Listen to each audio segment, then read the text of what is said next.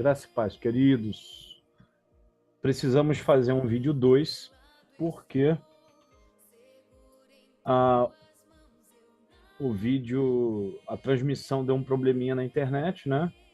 E cortou o vídeo, né? Então a gente está tendo que terminar fazendo a parte 2, parte final aqui. A intenção inicial era fazer um vídeo único e o vídeo já estava em 2 horas e 6 minutos, um estudo bem longo, né? Mas devido à queda de internet, a gente teve que cortar e fazer a parte 2, tá? Então, a gente vai dar continuidade aqui já no capítulo 13, que fala do Corban, né? O Corban que era uma oferta que os judeus davam, tirando ali o recurso dos seus pais, desonrando os seus pais, tá? E assim a gente vai finalizar, né? Aqui esse estudo, vai dar um resumo. Vou contar alguns testemunhos, né? Sobre a área financeira da igreja Antioquia, e a gente vai estar fechando aqui nesse vídeo, tá bom? Vamos lá para Marcos 7, do 5 ao 12. Marcos 7, do 5 ao 12.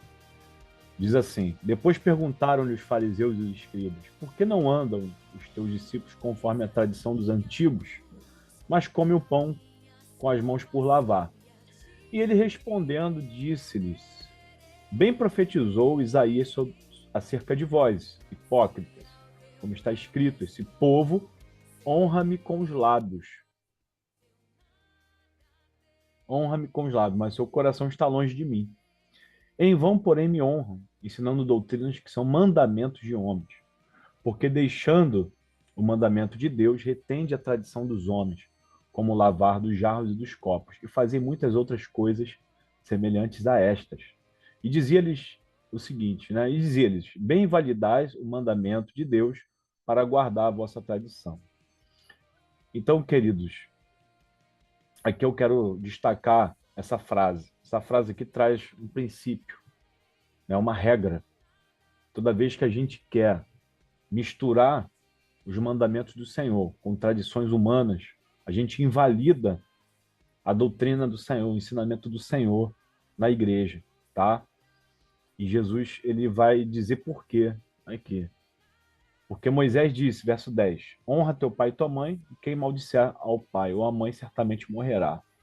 Vós, porém, dizeis, se o homem disser ao pai ou à mãe, aquilo que poderias aproveitar de mim é corbã, isto é, oferta ao Senhor. Se um homem disser ao pai ou à mãe, aquilo que poderias aproveitar de mim é oferta ao Senhor. Nada mais lhe deixais fazer por seu pai ou por sua mãe, invalidando assim a palavra de Deus pela vossa tradição, que vós ordenastes, e muitas outras coisas semelhantes a estas. Então, eles eram tão rigorosos com muitas coisas, muitos detalhes, mas invalidavam a honra aos seus pais para poder validar, né, para poder se aproveitar de questões de oferta.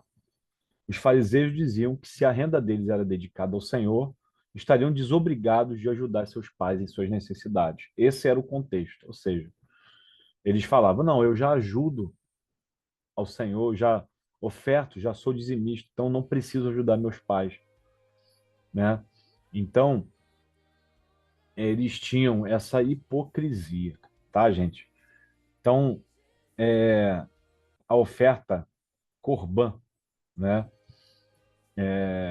Que significa oferta, ela tem esse fundamento da hipocrisia. E a gente, agora fazendo um resumo, né? Para finalizar, a Igreja de Cristo não pratica dízimo, apenas oferta. Isso responde lá ao capítulo 1, tá? A oferta de contribuição é segundo a nossa renda, segundo o que propomos no nosso coração diante de Deus, nossa prosperidade e a proporcionalidade com a necessidade em nosso alcance. Ou seja, Deus, na igreja, a contribuição é através de ofertas que o próprio Deus determina o valor no nosso coração, tá? O valor da nossa oferta é a prioridade do nosso orçamento, ou seja, a primícia. A oferta acompanha sentimento de alegria e de adoração, tá? Em nenhum momento vemos o dízimo sendo praticado no Novo Testamento, mesmo antes do templo ser destruído. Isso é um detalhe importantíssimo. A igreja, principalmente a igreja formada por gentios, né, teve aquele concílio de Atos capítulo 15, que foram as orientações para os gentios. Isso é muito importante, tá? Quem são os gentios? São os povos que não são judaicos, não são de Israel. Nós, brasileiros, somos gentios. As orientações do primeiro concílio de Jerusalém foi para que as igrejas gentílicas prestassem atenção na adoração a ídolos, na prostituição, né? E outras coisas que a gente precisa ler para poder afirmar com certeza, mas em nenhum momento nós vemos o dízimo, em nenhum momento, tá? Então, gente, eu quero encerrar esse estudo contando aqui o testemunho da nossa igreja, né? Deus nos deu essa visão, né? Foi uma coisa muito pessoal. Eu sempre fui dizimista, congreguei na Igreja Batista, congreguei na Assembleia de Deus, congreguei na Igreja de Nova Vida.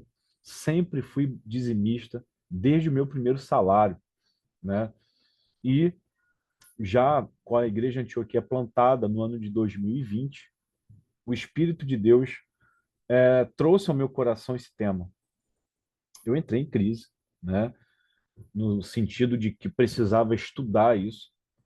Sempre ouvi falar desse tema e nunca me atentei, né? Preferi seguir a tradição, mas sempre chega a hora que Deus nos leva para mais profundo, né? Para mais profundo. Então, diante disso, o Espírito de Deus trouxe essa incomodação. Foram semanas orando, pesquisando, estudando, trazendo a realidade bíblica, conferindo, fazendo esse estudo. E nós, eu vi, né, que havia necessidade de passar para a igreja. Ministrei na igreja no ano de 2020, né, já no início de 2021, final de 2020 para 2021. E os irmãos, alguns irmãos ficaram um pouco impactados, né? Mas entenderam que o tema, né, que a abordagem era bíblica. A questão do dízimo na igreja no Novo Testamento não existe. Então, alguns irmãos passaram a ofertar, não, não, não continuaram dando dízimo, né? A nossa igreja nessa época, vindo da época de pandemia, né, nós estávamos na nossa igreja com 11 famílias sendo assistidas com cesta básica na nossa igreja. 11 famílias. Todo mundo dizimista, né? E quando a gente começou a ministrar esse estudo e a trazer essas verdades bíblicas, os irmãos passaram a ofertar com alegria, sem o peso, né, do mandamento humano.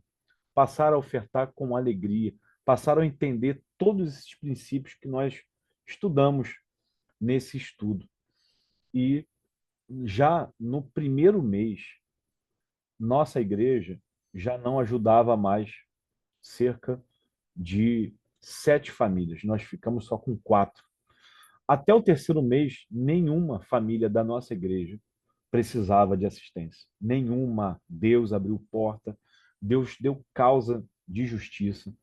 Saiu, né, saiu aposentadoria. Foi tanta coisa que aconteceu. Irmãos que estavam endividados resolvendo suas dívidas, né? Foi tanto testemunho e a igreja se alegrou. Por quê? O que muda nisso? É o coração. Nós saímos da religiosidade e praticamos o amor através da oferta, com o princípio do dízimo, né? Nós não hoje não praticamos mais dízimo. Descobri que algumas igrejas, a maioria das igrejas americanas, não praticam dízimo. Igrejas denominações como a presbiteriana não pratica dízimo, em sua grande maioria, né?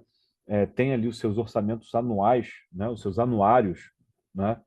E esse é um tema que para muita gente já é um tema bastante esclarecido. Eu louvo a Deus por tudo isso, né? Nós conseguimos alcançar do Senhor, né? Eu vou deixar o e-mail da igreja aqui na descrição, né, desse vídeo, para quem quiser solicitar a oferta não, desculpa, gente, solicitar a apostila, né, esse slide que eu passei aqui, tá? Nós vamos enviar gratuitamente para você, tá bom? Gente, a gente vai ficar por aqui, né? Se você tiver perguntas, né, dúvidas sobre esse tema, eu estou disponível, tá? Por e-mail mesmo, igrejamissionalantioquia@gmail.com. A gente troca contato, né? A gente pode fazer contato e conversar, né, sobre esse tema e tirar as dúvidas, tá bom, gente? Fiquem na paz do Senhor, que Deus abençoe sua vida. Vamos estar encerrando aqui esse estudo. Outros estudos virão, né, para esse canal. Se você quiser, se acha válido, compartilha, tá? E que o Senhor possa testificar todas essas coisas no seu coração, tá bom? Que tudo isso seja testificado, texto, com contexto, e o Espírito Santo de Deus que nos ensina todas as coisas. Tá bom, gente?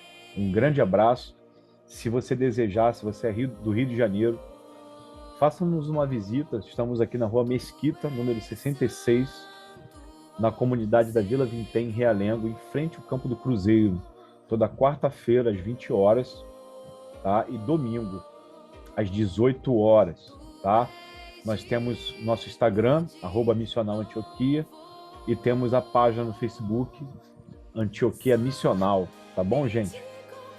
Faz contato, nós estaremos disponíveis para lhe atender, né? E se você quiser nos fazer a visita, não hesite em estar conosco. Será uma bênção, será uma alegria e uma honra para nós, tá bom?